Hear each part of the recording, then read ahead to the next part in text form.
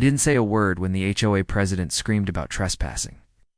I just dropped the military reclamation order on the table and watched their lawyer turn white. The room, which had been filled with self-righteous chatter and smug smiles, went dead silent in an instant. The president's voice cracked as she tried to recover, but the document spoke louder than anything I could have said. The land they'd been so proud to police, the same ground they tried to fine me over, wasn't theirs to command. It was federally protected because of my father's service and I held the rights. That was the moment everything shifted, but it didn't start there. I wasn't trying to start anything when I moved into the neighborhood. After retiring from the Army Corps of Engineers, I just wanted a quiet life.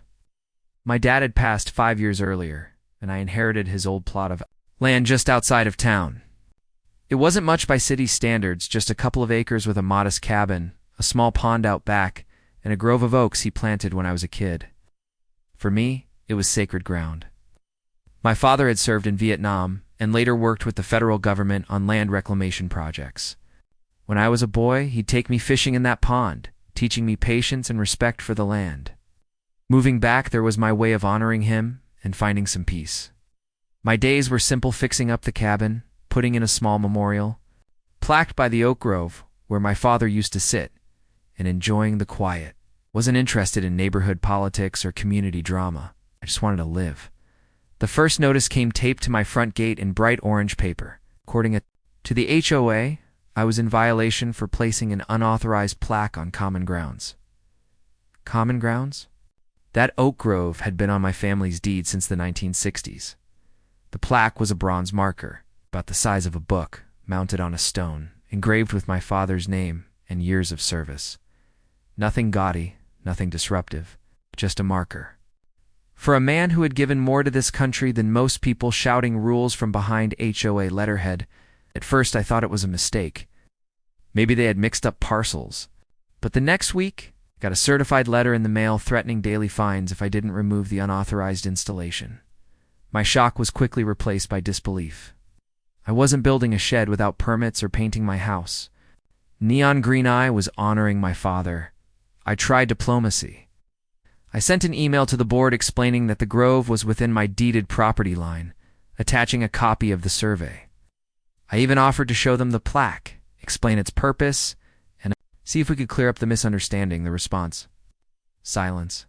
Then, a week later, another letter showed up, this one citing trespassing on HOA property and threatening legal action. That was the first time I felt my stomach turn cold. I asked for a meeting, thinking face to face we could work it out. They laughed me off, saying rules are rules and I needed to comply. Every polite attempt I made was met with more threats. That's when something in me shifted. I stopped trying to reason. I stopped hoping they'd listen. Instead, I started preparing. That's when I stopped sending emails and started reading property law at night. While the rest of the neighborhood was tucked away behind manicured lawns, I sat at my kitchen table under a single lamp, sifting through boxes of my father's papers. He had kept everything: maps, surveys, correspondence with the Department of the Interior. Buried in one binder from the early 1970s, I found something extraordinary: a federal land use designation tied to his service. My father had worked on reclamation projects that made our grove part of a protected conservation zone under federal law. That meant no HOA, no city, no county could override the restrictions or the rights granted to his heirs, or did certified. Copies of the documents cross-referenced them with county plats, and pulled military reclamation orders still on record in the National Archives. Piece by piece, I built a case stronger than any fine they could dream up. Meanwhile, the HOA turned my neighbors against me. People stopped waving when I walked my dog. The couple next door hinted that I was bringing trouble to the community. My partner grew anxious every time another envelope arrived, afraid of what it meant for us. I felt the weight of isolation, but it didn't break me. If anything, it hardened my resolve. Every late night, every legal statute I highlighted, every recording of the president's threats, it all added fuel to a quiet fire. I wasn't preparing for a fight. I was preparing to win. When the board finally summoned me to a hearing, accusing me of trespassing on HOA land and demanding immediate removal of the plaque. I arrived without a word. They expected me to argue, to beg, maybe even to fold. Under pressure, instead, I pulled out a folder and laid down the federal reclamation order. The survey and the deed with my father's name still stamped across the top. Their lawyer picked up the first page, and I watched the color drain from his face. He whispered something to the president, who snapped at him to keep reading. By the third page, the entire room had gone silent. The president sputtered about rules and authority, but the legal weight on the table made every word hollow. The land they claimed as common ground wasn't theirs. It wasn't even under their jurisdiction. It was federally protected property tied to my father's service, and I, as his heir, had the full right to maintain it.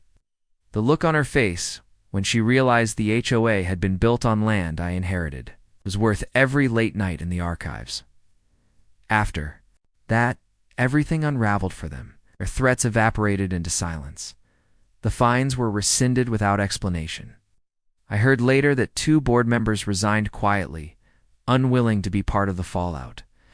The president, once so loud and certain, now avoids me on the street. The neighbors who had turned cold now offer hesitant nods, though I don't need their approval. What mattered was that the plaque stayed. My father's name still rests under the oak grove where he used to sit, untouched, unchallenged now. I walk through the neighborhood, people either wave politely or look away ashamed. Either way, it's quiet again. And that's all I wanted, a quiet life, a place to honor my father, and the peace that comes from knowing the land remembers who it belongs to.